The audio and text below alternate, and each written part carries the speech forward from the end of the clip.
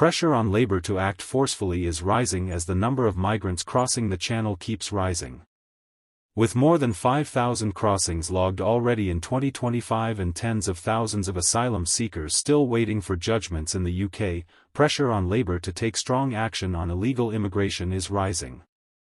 The government is pushing for a solution now in a move that is expected to spark intense controversy. Labour is said to be thinking about a bold and contentious new strategy to address the crisis, but what exactly does it entail and how does it stack up against the wonder scheme they axed? Let's dissect it. But first, please hit the like button and subscribe to the channel for more. Just a quick one to say, we have new library t-shirts on our website. You can check the link in the description or go to britishstn.com. France is apparently preparing a dramatic new immigration policy that would have unsuccessful asylum applicants deported to repatriation destinations in the Balkans if the number of migrants crossing the channel in 2025 hits 5,000. Under these plans, asylum applicants turned down could be transported to prison facilities in nations including Albania, Serbia, Bosnia and North Macedonia. In return, the UK government would offer financial compensation to these nations for each migrant they accept. The move comes as Labour faces mounting pressure to tackle the small boats crisis, with the number of channel crossings in 2024 already up 24% compared to the same period last year. Earlier this month alone, calm weather conditions saw over 1,100 migrants make the dangerous journey in just 4 days. Meanwhile, around 42,000 asylum seekers remain housed in the UK as they await appeal hearings after having their initial claims rejected by the Home Office. The concept of return hubs has received backing from the UN's International Organization for Migration, which has stated that it would advise and assist participating nations in implementing the policy. Notably, 2 empty migration detention centers in Albania, originally intended for an abandoned Italian asylum deal,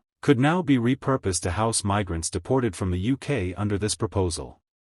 Rejected asylum seekers from countries deemed unsafe under UK legislation such as Afghanistan and Iran could be kept in these hubs rather being deported directly to their home country. Migrants from countries considered safe would be held temporarily before being deported back. Labour's potential plan has drawn scrutiny following its decision to scrap the Conservative government's Wonder asylum deal, which aimed to remove migrants before their cases were even heard. The proposed Balkan hubs would instead process migrants only after their appeals were rejected, making it a distinct approach from the Wonder scheme. A return hub in Wonder is reportedly off the table as Labour does not classify the country as safe. Additionally, Rwanda lacks detention centres for migrants, meaning they would have been housed in hotels or housing development, something Labour appears keen to avoid. Speaking to The Times, a government source said, "This is clearly a shared challenge right across the world, and we've always said this international problem needs an international solution. That's why we're looking at the widest possible set of options with a completely open mind. Any scheme we'd consider would always need to meet the test of being affordable, workable and legal." With Labour still facing criticism for its handling of illegal migration, this proposal could mark a significant shift in the party's approach, though it is sure to provoke debate on both sides of the political spectrum. In other news, David Lammy has reportedly told his cabinet colleagues that he has a family member who is on benefits when they probably should not be. The Foreign Secretary purportedly made the statement during a heated exchange at last week's cabinet meeting. Lammy is understood to have suggested that a member of his extended family probably should not be in receipt of the welfare payments they presently receive. The Financial Times has claimed the row comes after Labour MPs were left divided on Liz Kendall's decision to cut Britain's ballooning benefits bill. The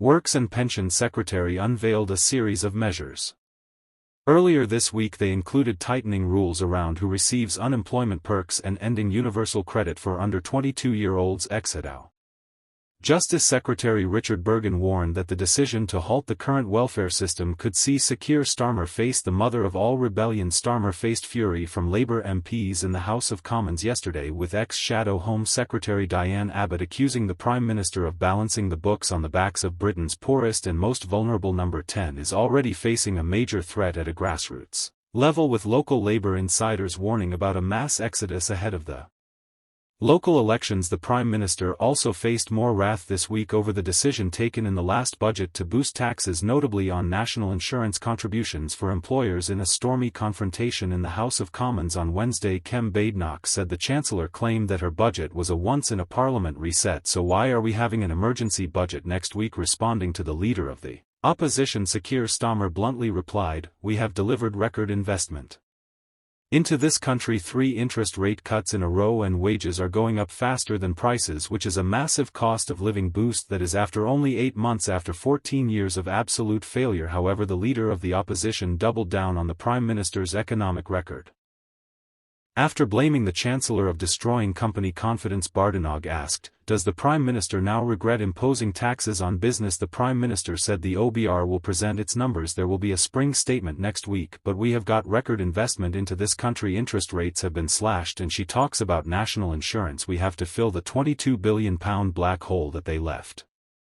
Lambie has been approached for comment. A man regularly entered the UK illegally to receive NHS treatment with a serious and chronic liver condition before being caught in Wales. Zimmer was detained at Fishguard Harbour in Pembrokeshire in January with 2 passports in various names. Seema, 30, of no permanent home, had been deported from the UK in 2017 but re-entered illegally multiple times. His barrister told Swansea Crown Court the immigration offences were the desperate activities of a desperate guy who could not get the health treatment he required in Romania. Reports Wells Online. The court heard that between December 2022 and January 2025 Seema repeatedly entered the UK in breach of his deportation order. He typically flew into Luton, Gatwick or Stansted airports on Ryanair or Wizz Air flights. His final entry came at Fishguard Harbour on January 10 this year, where Border Force officers apprehended him. At the time of his arrest he was found with 2 Romanian passports bearing different names. The court also heard that Seema had exposed himself to a civil enforcement officer in Camberwell, London in October 2023. The incident occurred after the officer had just issued him a parking ticket near the London hospital where he was receiving treatment for his liver condition. Lefty told the court the exposure was not done for sexual gratification but as an insult to the traffic warden. "I submit good. Seema is not a pervert," the barrister added. Seema had previously been served with a deportation notice in December 2017 and was deported 2 weeks later. The deportation order remains in force until December 2027. David Lelei, representing Seema, told the court his client had a serious and debilitating liver condition which could be life-threatening if untreated. The barrister said treatment for the condition was not available in Romania. Regrettably, he made the decision to come to the UK because the UK offers him life-saving treatment that was otherwise denied to him. Leftley said, "What are your thoughts on what we discussed in today's video? Let me know down in the comments section below. If you've not yet done, make sure you do leave a like on this video and subscribe to the channel for more British content. Thank you. Take care. Goodbye."